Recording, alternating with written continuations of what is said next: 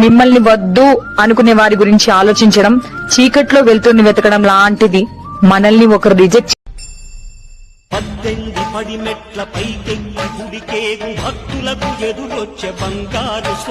స్వచ్ఛమైన మనసున్నవారు అన్ని విషయాలు బయటికి చెప్పేస్తారు.